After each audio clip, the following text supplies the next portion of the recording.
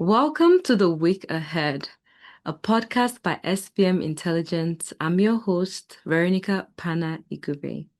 Every Friday, we explore stories that are shaping our continent. This week, Nigeria's foreign policy and economic diplomacy took center stage as President Bola Ahmed Tinubu began a state visit to Turkey, holding high-stake talks and signing multiple bilateral agreements. The discussion focused on trade, investment, defense cooperation, infrastructural development, and technology transfer. With Turkey emerging as a strategic partner for African economies, the big question is, will these agreements translate into real economic value for Nigeria or remain diplomatic symbolism? In our second story, the United Nations has issued a warning that over 35 million Nigerians are at risk of hunger and food insecurity. Rising inflation, climate shocks, insecurity, and economic pressure continue to strain livelihoods across the country. As humanitarian needs grow, the situation raises urgent questions about social protection systems, food security policy, and long-term resilience. Is Nigeria prepared to confront this crisis structurally, or will responses remain reactive and emergency-driven?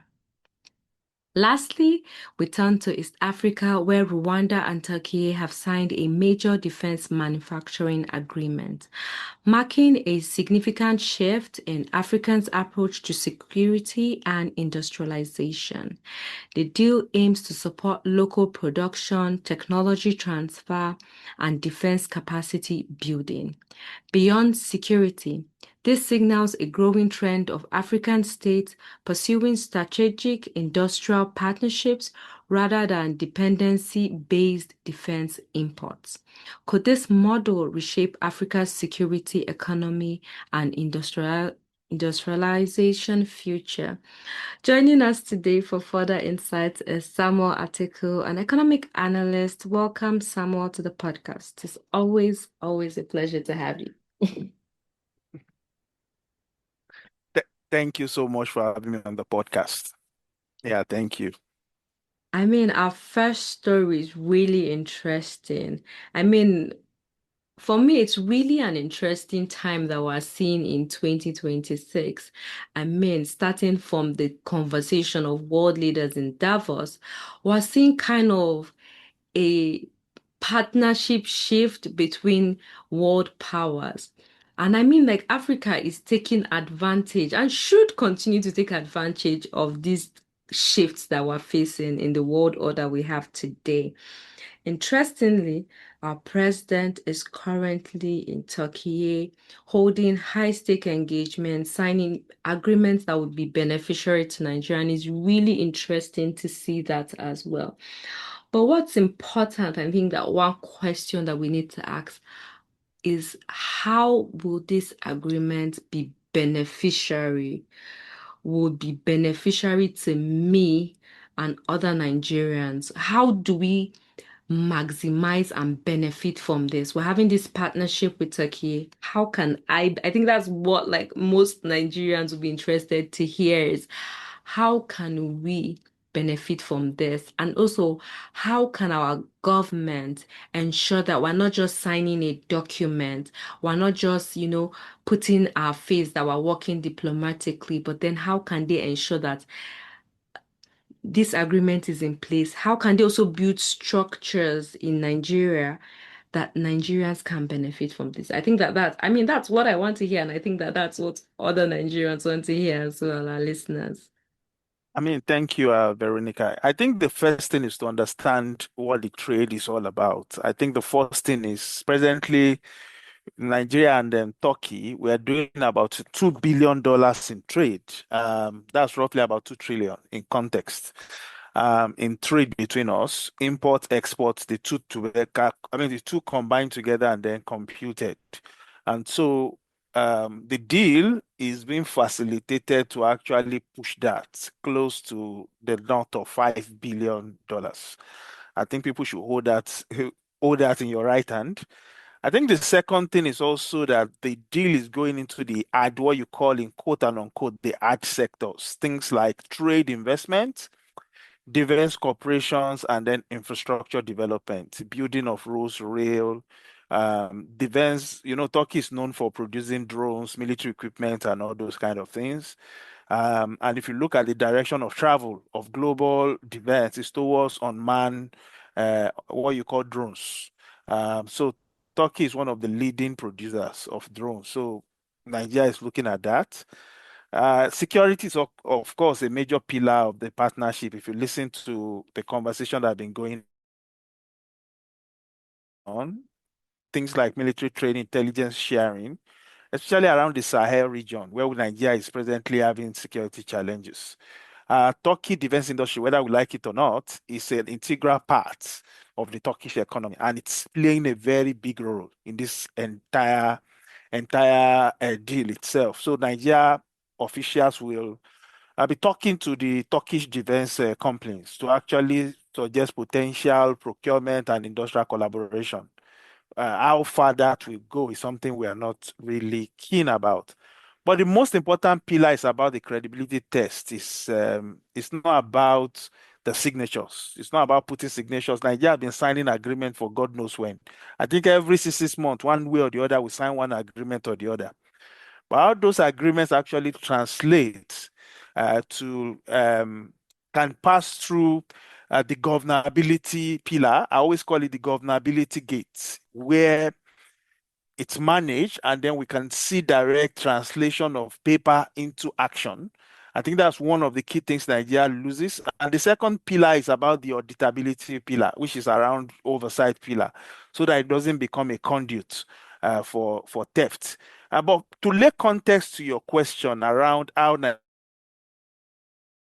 Nigerians benefit, I think it's important for us to think about it this way.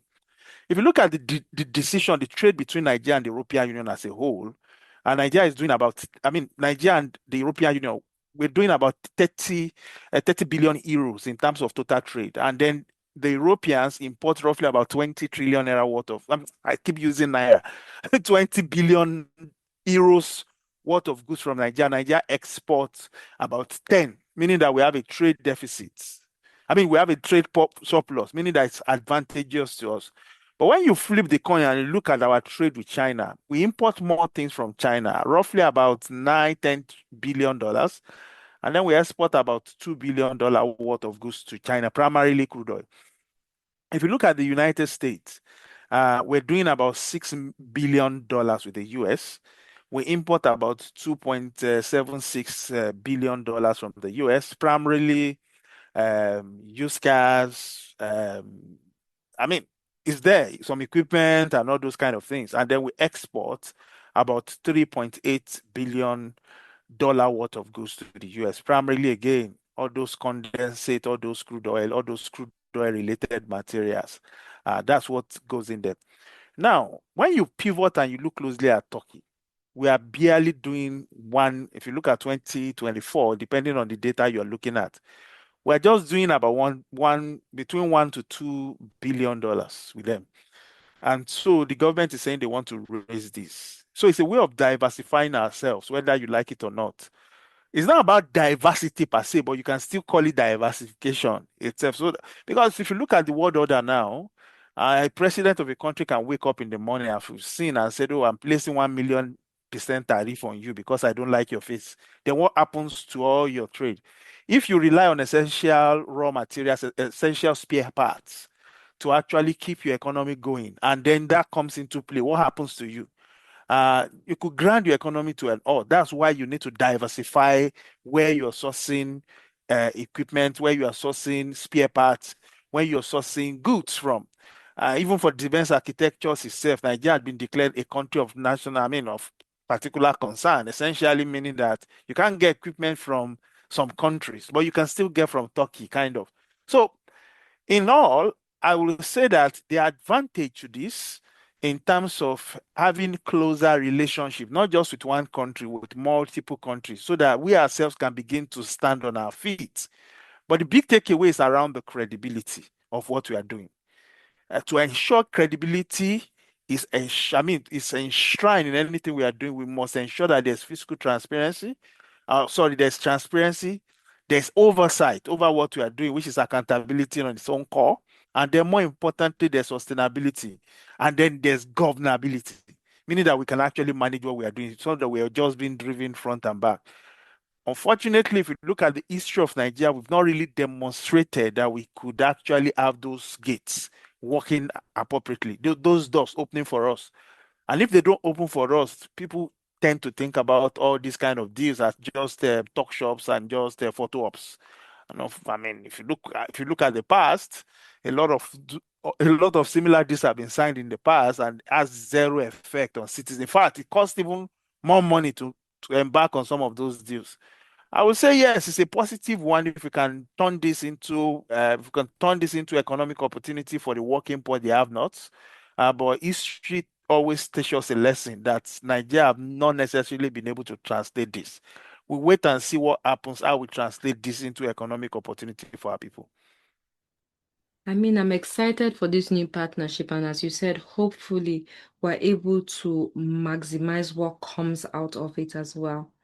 Onto our second story. It's quite alarming actually, because the United Nations has issued a warning that over 35 million Nigerians are at risk of hunger and food insecurity. And we can't take these statistics as a joke because it's an urgent crisis where we're having food insecurity. We're also having the um, insecurity issues that is causing this food insecurity. Our farmers are not able to go to the farms to be able to farm. What can the government do to address this? Because most times we see that Nigeria responds reactive. We're always responding on the reactive part. It's also emergency driven. This kind of like we see the warning signs even when the warning alarm is going off. We're just like looking, and it's like it feels there's a feel that we're not responding the way we're supposed to, by planning to ensure that we address this. I know the government has done a few things to address to push Nigeria and ensure that we're food sufficient, but these are alarming statistics. How can we address this and ensure that it doesn't become a reality as well?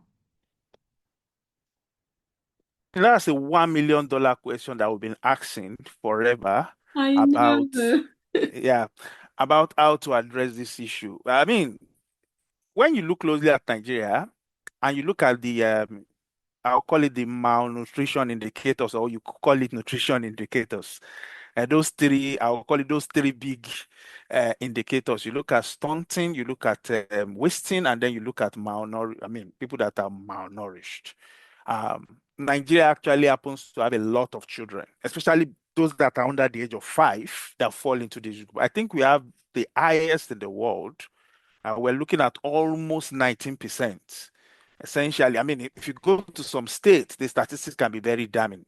For instance, if you look at the last NDHS, the NDHS powered by the now default, is it default now, UNICEF? Um, it's sad when you understand that 19%, that's of Nigerian children are malnourished. If you look at the numbers, 40% of children under the age of 5 are stunted. We're talking about 16.26 million people stunted. We have about 8% under 5 that are wasted, right? That's almost about 3 point something million children. And then underweight, we have roughly about 10 million children that are underweight. Now, historically, if you look at the past data, we are looking at 2 million children that are suffering from SAM, that's severe acute malnutrition. Now, to put this in context, a child that is stunted, wasting, and then underweight, the first 5 years of their life, it damages the brain. Remember, you need a lot of nutritional component to go into the child's brain, things like folate, things like the blood system needs to run. Because the children are not getting adequate nutrition, it means that their brain is damaged forever and it's not reversible. That is the implication. And if you put all these things in context, we're talking about roughly about 20 million people already as we stay now are facing that crisis. And you see organizations have been crying that government needs to address it, and they've refused. In fact, if you look at the budget of 36 states in the country and you want to be very specific, how many of these states have budget lines to address malnutrition in their state? You'll be so shocked that you have less than 10 states. So most of the interventions you see happening across Nigeria is funded by donors. Whether it's the hiring program, whether it's the WASH program, whether you have all these programs that you see around you, it's the WASH program. Remember, at some point in time, they introduced school feeding program, more like to boost the nutritional status of Nigerian children. But remember, those you have to be above 5, kind of 4, before you can go to school. So it's outside the bracket of those small children. And even at that, that has also failed. And that policy is not even carrying, they're not carrying that policy forward. Now, to hear now, people projecting because of the issues we are having in the country that has to do with insecurity, higher food price, and then the whole problem that come with it. They're now saying that we are going now from 2 million people suffering from SAM, severe acute malnutrition, to 35 million. You can see the dramatic jump. That should have led a lot of people running around, especially if we know the severity of this challenge. It means that roughly 35 million children in Nigeria, before the age of 5, their future will have been written off, even before they entered, even before they start attending schools. That's the implication itself. So how do we address this issue? At the heart of this thing is the food crisis that we're facing. And we all know that food crisis is connected to a whole lot of things. First, Nigeria continues to see food as a tool for employment, which is wrong. Anytime you see a politician says, oh, agriculture will employ a lot of people, it is completely wrong. It's not a way to think. The first priority is to ensure that food is in the hands and in the pocket and in the kitchen of every young person, anybody in Nigeria, everybody in Nigeria. That's not been the case. And unfortunately, food price keeps accelerating and the government is doing nothing about that. That's the first starting point. The second thing I will say is also the water issue. I know that Nigeria has done a whole lot of trying to fortify some food items to actually boost the nutrition status of children. I know a lot of programs around exclusive breastfeeding, but where are they? When last did you open the television or listening to the radio program, or you're on social media and you hear government actively promoting exclusive breastfeeding? Now, what you see people do is actually employ young people, and then they tell them to continue to abuse Atiku on Twitter, abuse this one on Facebook, go on TikTok and abuse this one because they're abusing government, rather than address national challenges that we're facing. So I will say, in terms of how we prioritize the program of government towards addressing, I would say it's inadequate, roughly and really inadequate. I know, yeah, we have the National Nutrition Dashboard. We have a whole lot of programs. We have coalitions of civil society that have come together to address some of these challenges. But what we are hearing now is scary, and people need to be scared about it. I think the key thing there for us is, if you look at the states that will be hit most, Borno, Adamawa, and Yobe, it has to do with the insecurity issues. You can see that how insecurity it's not just the context of affecting you, kidnapping. It goes even beyond that, into damaging the lives of people that are not even kidnapped. So the faster Nigeria address these insecurity issues, the better for everybody.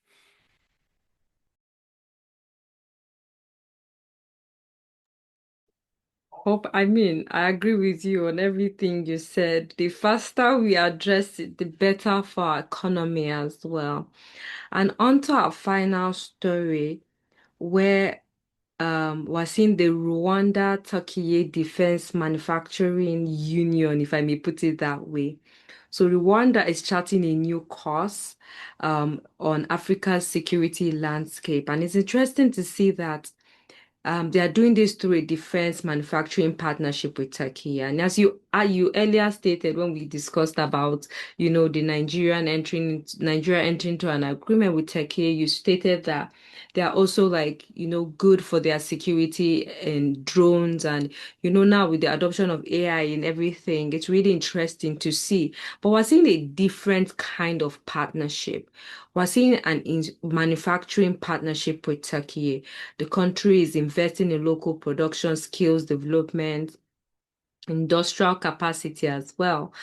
And this is signaling a link of how African states may begin linking defense industry, economic strategies. Really interesting to see. But one question I would like to ask, how significant is this deal in shifting Africa from defense importation to defense production? For many, many, many years, we've bought our defense equipment, from countries outside the African continent. Nigeria has gotten from the US, and now we're even having an agreement with Turkey. But now coming back home, it's interesting to see how Rwanda is changing this. Um, how significant is this? I mean, this agreement, not only for Rwanda, but for other African nations like Nigeria. What lessons can Nigeria learn as well from that and other African countries to be able to draw on this model and implement it themselves? So this model had been with us for like ever. If you remember, during the building of the Ajaokuta Steel Complex, it was framed not just as a buy supplier procurement issue, it was framed as a technology transfer agreement. If you read about Ajaokuta Steel Mill, if you go to the aluminium smithing company in the South, that was also framed in that mode. In fact, more recently, the railway line, Lagos Ibadan, Abuja to Kaduna railway line, was also framed like a technology transfer, skills transfer agreement. So everything can actually be can be framed as a technology skill transfer agreement Mm, in Africa. But we need to be very careful here. Um, what are the underlying why would Turkey want to transfer its technology to Rwanda?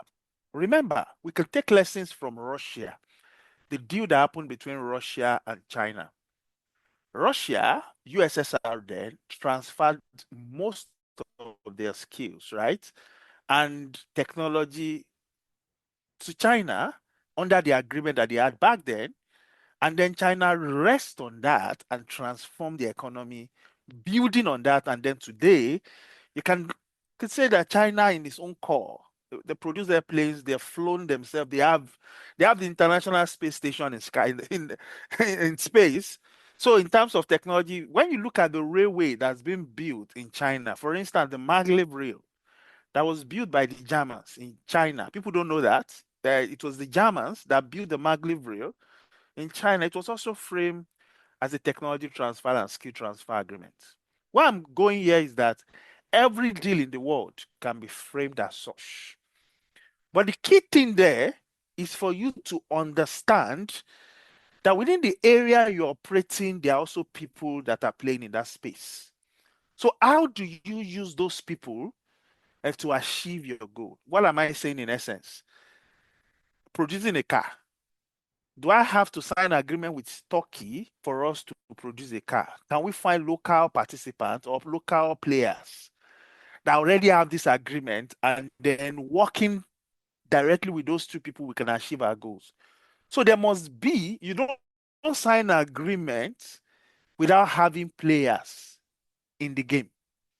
So for Rwanda, I mean, lucky. I mean, Rwanda, they've done well for themselves. I'm not a big fan of Rwanda anyway. I mean, it's a fantastic African country. Aside from that, the people of Rwanda are lovely. But I wouldn't say I'm a big fan of the government. That's my personal opinion because, yes, I take democracy, I take principles of democracy and egalitarianism, or what you call libertarianism itself. I take them very dear to myself, meaning that government itself should not be interfering in people's life and then dipping their hands into your purse or doing things anyhow that want to do. But if you look at Rwanda, they've done well for themselves. If they can translate this into something to produce something in Rwanda, I mean, that would be fantastic. Um, for us, other African countries that have had histories of similar transfer, I think we need to take a big lessons from this. I know the academic papers that have been done around how some of those transfers and the skill transfer deals have failed in Africa. Some of them have indeed worked. And some of them are, for instance, if you look at Nigeria, whether we like it or not, we've essentially done technology and skill transfer in the banking sector. In Nigeria today, the banking sector of Nigeria stand on its feet. Remember, in 1960, it was not like that. But successfully, we've been able to take over. I know people will say, what am I talking about? It's an essential sector. We've been able to have a banking sector that we can call our own and it's controlled by our people themselves. If you look at the insurance sector also, we have something similar. So there are success stories in between the whole problem about Nigeria. So it's about taking the positive lessons across board and then looking at where we failed as a country, especially you look at Jakarta steel mill, it's failed. For instance, look at the railway system now. What are we doing? Are we really transferring technologies? We need to ask ourselves that question and begin to implement it such that within the next 10, 15 years, some of the people that learned a lot of lessons from this whole process can actually begin to take this forward. I will end by saying this. I remember during Obasanjo's tenure, Obasanjo took a big chunk of taxpayers' money and then came to Surrey here in the UK and then gave a University of Surrey and then brought in Nigerian engineers to learn how to produce satellites. And so we produced the Nigerian SAT R, right? And then we put it in space. We produced the second one, we put it in space. We also went to China, we signed a technology transfer and skill arrangement with China. And then we got the Nigerian ComSats that was lost and then was replaced. And we learned a lot of things. The question is that all those people that learned through this process, where are they today? They are scattered everywhere in the world. They've gone with the skills because even the Nigerian SAT, the ComSat that we put in space, it's a complete waste of space. If you look at the building in Abuja that was built, right? Local houses and local model houses was demolished. People were rendered homeless. Look at the place, you go there, that place is just a working space for civil servants. It had failed drastically. That tells you a whole lot of things. That it takes, yeah, for us to sign agreement with countries, take initiative to learn from the process and begin to build things. You can do it. But the question is what happens after the sustainability? What happens after in terms of how you manage the entire I always talk about governability, I talk about sustainability, I talk about the transparency and then the accountability around all these things. I think that's the missing link for most African countries, not just peculiar to Nigeria. And until we find a way of actually removing those dilemma from our mind and then focus on making our lives better, we continue to roll down in circle. Nigeria have no business now in bringing people from abroad to construct roads for us. I mean, do you really need foreigners to help you mix cement, aggregate, water, and maybe ash and all those things at the appropriate grade, with the appropriate mixture, and then with steels we don't need all those things, right? We could do it ourselves because yes, I know we can do it. I know people that do it abroad and they do it in a very big way. But the truth is that we need to trust ourselves to begin to undo some of those things. Until we do that, we continue to roll around in circles. I keep repeating that. I will again, before I go, I think it's important to mention this. If you remember, the what do you call it? Is it I don't want to call it indigenization policy. I think under the Obasanjo era also, the oil servicing sector in Nigeria, we try to make it important for the oil majors to transfer skills to Nigerian oil service companies. Today, where are they? Those are the big questions we need to ask ourselves. So, yes, fine, Rwanda is coming up with this thing, but we have thousands and thousands of case studies, similar agreements signed in the past that have failed. And we also have good success stories that have worked. The question is that what lessons have we picked from all these things? I'll end it by that with that. Interesting, and I agree with you. Sustainability, transparency, accountability, and governability.